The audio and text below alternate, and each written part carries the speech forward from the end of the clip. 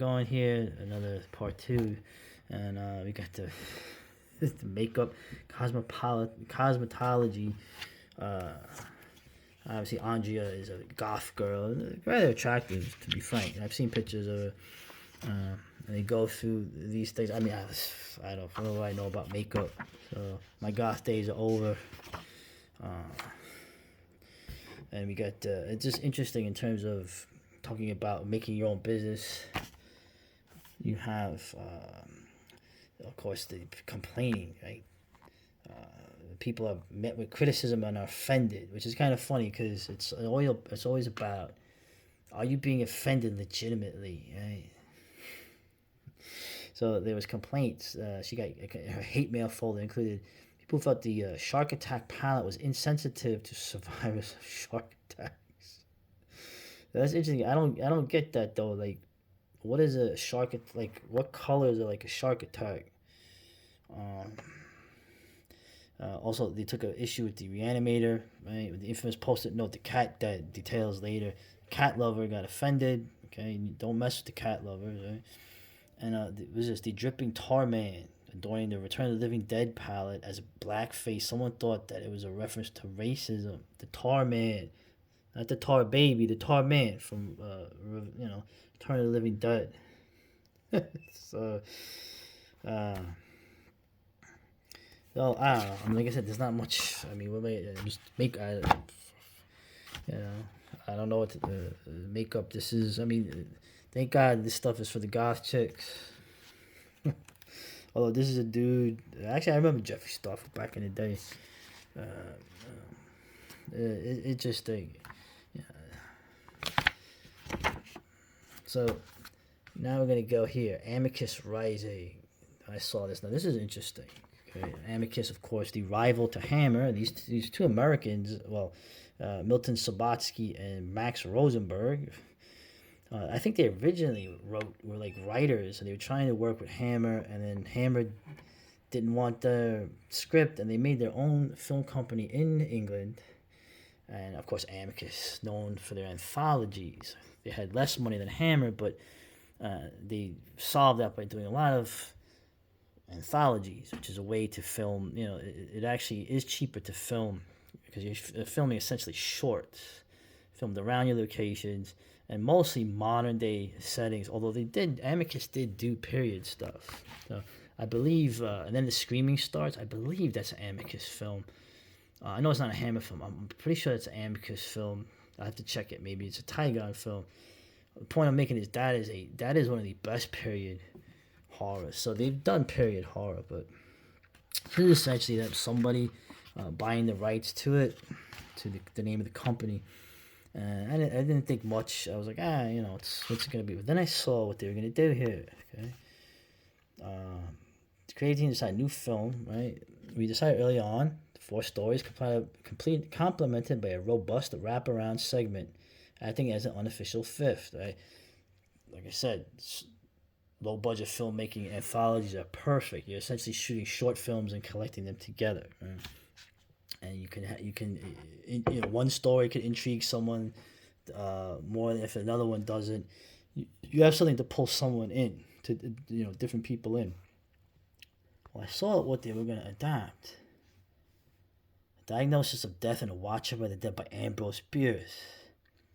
And The Dead Spake by E.F. Benson. E.F. Benson is probably one of the most underrated British horror, weird tales writers. Everything he's written, I've read, has been chilling. And of course, the final one is Cool Air, but I don't even have to mention. So this piqued my interest, amongst other things. And of course, a little note. Remember, they were going over Dr. Jekyll with apparently Eddie Izzard is now a woman. I didn't realize that was a Hammer film. So, yeah, Hammer. It's no Dr. Jekyll and Sister Hyde. Much. I'm more of I prefer that. But how do you know you haven't seen it? Dude, I never thought. I remember this guy stand up. Never thought this bloke was funny. So anyway, Getting off a tangent. This low budget filmmaking family. I've never seen anything from them, but they really seem to like to show them. And look, you see, I have a camera like that. Someday. And so we got the modern films. Not too interesting. That looks interesting. I saw VHS 99. There was some good. I didn't like the original VHS, but the VHS 99 had a real chilling installment too.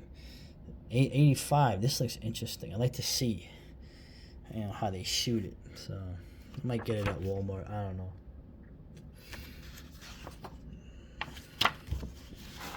Going through more here. Oh, we got the. This sounded interesting to me. 1,000 Acres of Pine. Now, the name sounds interesting, but apparently there's stop motion animation in it. So Jennifer Alice Wright. So she does stop motion. Probably does it better than what I did, but I'm gonna check this out. In fact, I will check this out and I will review it. I go here. I don't know. There's something here. Racism, and Asian hate in the UK. Right? So it's more another resentment-based horror or whatever. Yeah. Bro, you know how many times I've been called like white boy and other things growing up? Anyway, nobody cares. So the rise of Asian hate. Well, I keep saying that Asian hate in America. Look at the videos of who's doing it. I mean, I brought this up a million times. Who knows who's doing it in the UK? A bunch of soccer hooligans, maybe. But like I said, I'm not there. But it's just more sentiment.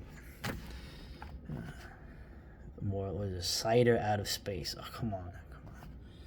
This hot sauce. Cthulhu pepper sauce. Dagon pepper sauce. This is jalapeno. I think Mind Flayer. That's interesting. Right? In the D&D, the Mind Flayer was kind of like a Cthulhu, mixed with a wizard. I thought that was interesting. They put that there. Right? And of course, the King in Yellow, Haster Habanero. Very clever. Arkham. We got the HPL Filmfestival.com. Stream anywhere in the world. December 2nd to the 5th. Interesting. I'm sure there'll be. I'll round it out or try to. This is gonna probably be a 3-parter. These are like my most unpopular videos, and that's fine. They show this terror, man. They show this film all the time on channel 7, late movie. I never really watched the whole thing, so you get a young, Nicholson. To me, the jury's out. Do I like Jack Nicholson? He's not one of my favorite actors. So he always played like a nut, but I don't know. I just never did it for me. So he was great in The Shining, but never really did it for me. Unlike Mr. Karloff. Alright, I think we got one last vid to round this out.